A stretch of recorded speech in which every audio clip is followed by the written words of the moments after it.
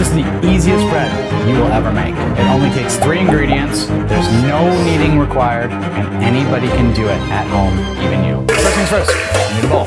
Very important when doing breads and stuff like that, you want to scale. You want to measure your ingredients because it matters for the next part. We're going to put the bowl on and tare it, which means bringing it back to 0. So anything we put in there is going to give us an exact measurement. So first things first, in this no knead recipe, all-purpose flour, AP flour. I have used other flours before. I've used the bread flours. I've used the fancy Caputo 00 flours. Trust me when I say this, this is the best flour to use for this recipe specifically, and literally anybody can get it anywhere. It's the most used flour. So we're gonna take 500 grams of this all-purpose flour, and I do 500 grams because it's easy to do the math. So I got 500 there. I'm gonna take some back. This is also important too. This is instant yeast, meaning that this yeast, you can let it sit in dry ingredients and it'll bloom naturally on its own. Whereas the other yeasts, like the yeast you find in packets or the one with the red label, those are ones that you have to bloom with hot water or milk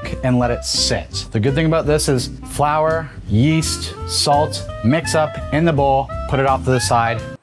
You're done, Bob's your uncle. So trust me when I say this, 1.5 teaspoons. Some people might say that's overkill, but for this bread, we want it a little bit yeasty, and because we're not touching it, we really want that yeast to eat away at the gluten structure. It'll help us build that gluten structure without actually having to touch the bread. I'm gonna grab a little bit of kosher salt, and I'm gonna do 1 teaspoon of just your generic kosher salt for flavor. Next is you wanna get yourself a glass jar, mason jar, whatever you have. I just happen to have a measuring cup. So for this recipe, and with a lot of dough recipes, we talk about things like hydration. How much water is there in relation to flour, right? Something like a focaccia has really high hydration. When I do focaccias at my restaurant, my hydration level is typically around 95% or 100%, meaning it's 1-to-1 with flour and water, right? So if I have 100 grams of flour, I have 100 grams of water. For this dough specifically, we want about an 80 to an 85% hydration.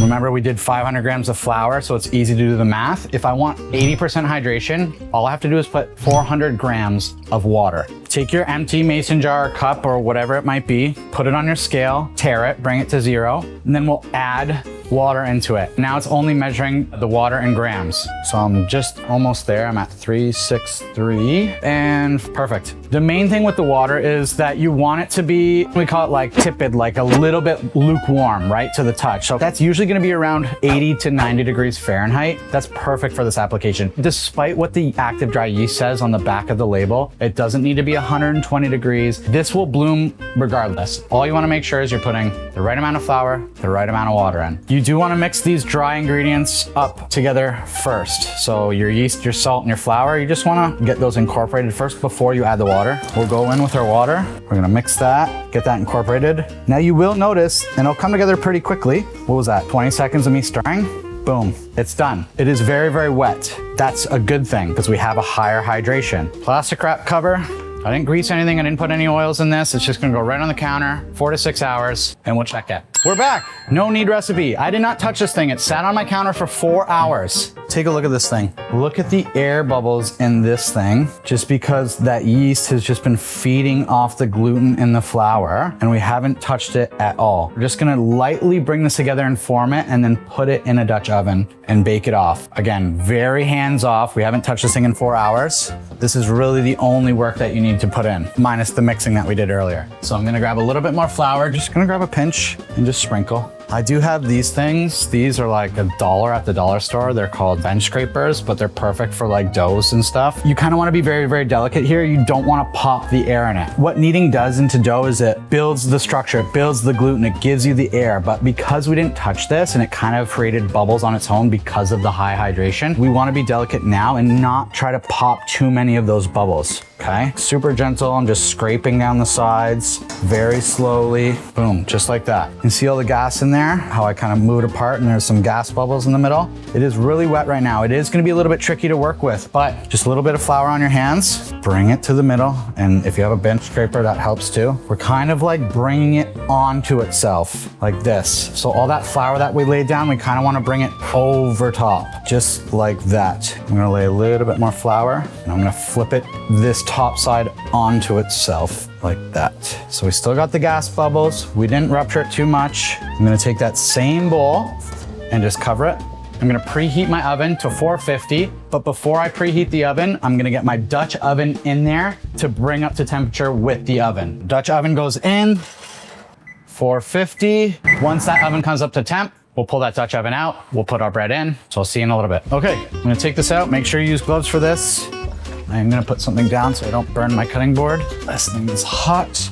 You just wanna be very careful because you don't wanna burn yourself on the Dutch oven. So this thing has kind of proofed a little bit in that 20 or so minutes it's taken me. So this is kind of the tricky part. We're gonna use our bench scraper to pick this thing up and try to get it in here like that. What I like to do with this is I like to sprinkle a little bit of flour, and you'll see why later. I've always done it. My mom always did it, so that's what I do. You always see those bakers and they're doing like fancy cut lines and stuff. Pair of kitchen shears, and we're just down and snipping. And then I just like to go, you know, maybe 4 or 5 down each side. There is a reason why bakers do this. I won't get too much into it, but it does help the crumb on the inside, which is like the air on the inside. It's not just for looks, although it makes it look like a nice fancy bread. There is some methodology behind this and some techniques. So just know you don't need any of those fancy like bread lathes or lambs or whatever they're called, like razor knives. You just kitchen shears, cut, good to go. Make sure we put our glove on, lid back on,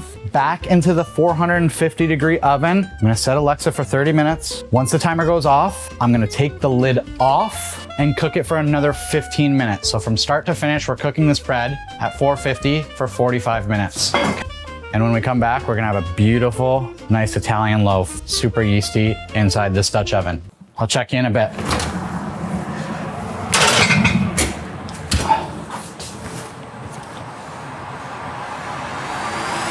It's been 45 minutes. We did 30 minutes covered, 15 minutes uncovered. Look at this. Just comes off perfectly.